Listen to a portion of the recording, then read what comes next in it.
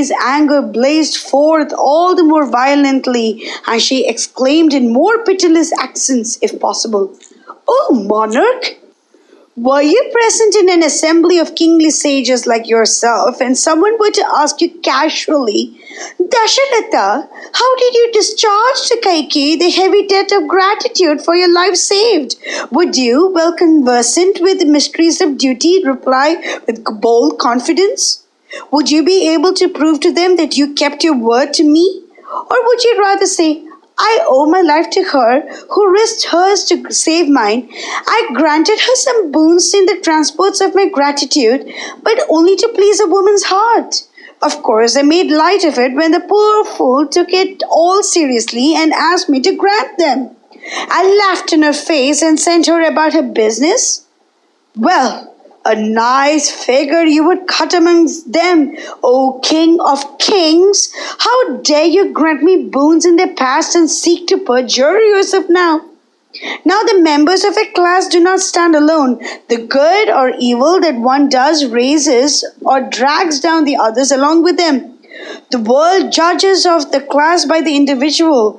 The kings of the world are eternally ashamed in you. Maybe you have heard that once before a dove threw itself on the protection of your ancestor Shibi to save it from a cruel vulture, and the noble-hearted king offered his own flesh to the vulture to feed upon. Again, Alarka, the royal sage, promised a holy Brahmana to grant him his wishes, and the blind suppliant wanted the king to give him his goodly eyes. And Alarka gave them all joyfully and won the bright world of the gods. Once upon a time, the gods prayed to the regent of the waters, "O ocean lord, we would wish that you keep yourself within limits," and the ocean has faithfully kept its word ever since. Thus have your noble ancestors lived out their ideals of duty. Would you seek to forget it? Would you forswear yourself? Black-hearted deceiver, I am no dupe of yours. Know I not that you have set your heart upon crowning Rama all unjustly, that you might disport yourself with that hag Kaushalya day and night? Well, I care not to discuss with you whether the boons I ask are righteous or otherwise, true or false. I will hold you to your promise and compel you to perform it to the very letter. If Rama should sit on the throne of the Ikshvakus, I will before thy face drink deadly poison and kill myself at your feet. Death has no terrors for me, but is a welcome friend if I should ever see my hated rival Kaushalya receive the homage of the people, be it for a day. For dare you deny that I am infinitely greater source of joy and happiness to you than that horror? Once more, I swear a dreadful oath by myself and by my darling Bharata. My heart knows not peace or content unless I see Rama driven to the forests.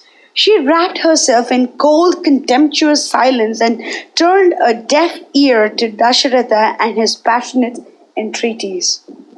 The words, "Rama should be exiled to the forest and Bharata should be crowned as a king," fell upon the wounded heart of the poor king like drops of molten lead. For a while he sat with dazed senses, stupidly silent. Alan, he stared bewildered at his wife, whose love and affection till then was strangely transformed into merciless hate and cold heartlessness.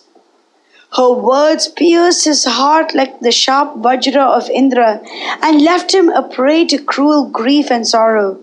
He recalled her fierce obstinacy of purpose and the dreadful oaths she had bound him by, and with a heart-rending cry said, "O Rama!"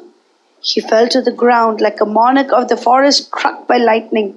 He seemed like a person of unsettled mind, or one struck with sudden madness, or like one whose very nature has undergone a thorough change under the influence of some fell disease, or like a strong man in the cruel grip of some unknown malady, or like some mighty serpent drained of its power and energy by potent spells. Next he turned to Kaikeyi in abject humility and said, "Girl, Let me know at least who implanted in your innocent heart this wicked thought that flatters your hopes of self-interest. Has some malignant demon taken possession of your soul that you speak to me all shamelessly? You were but a slip of a girl when I married you, and how could I see through your fair face that black heart behind? Now that you have grown in years, your nature asserts itself. Whom do you fear that you guard yourself so carefully by these boons? If you have the least desire to do that which would gladden the heart of myself, your lord and husband, of every object in creation, nay, even your darling son Bharata, put away from you this unholy resolve. Your mean heart is doubtless a legacy of great sins perpetrated in the past lives. Hence, I wonder not that you are resolved to work this evil to Rama and exile him from the kingdom. I am a fool to expect your dark soul to be illumined by the faintest ray of pity or sympathy. But search as you may, you can never bring up anything against me or against Rama to justify your grief or displeasure.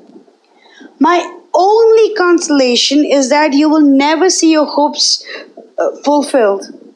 All your labor and trouble, this mighty load of sin that you so sedulously accumulate, the wrath, the hate, and the curses of God, man, and beast will be your faithful companions forever, and you will have nothing to show in return.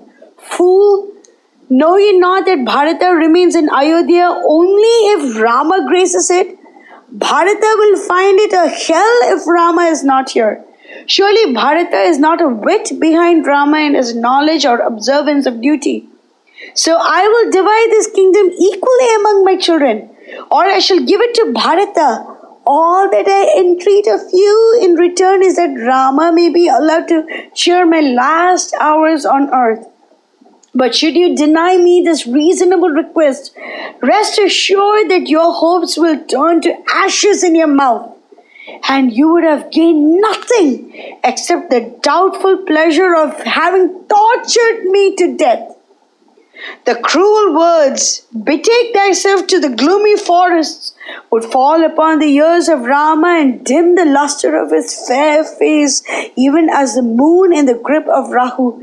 And shall I look upon it and yet live?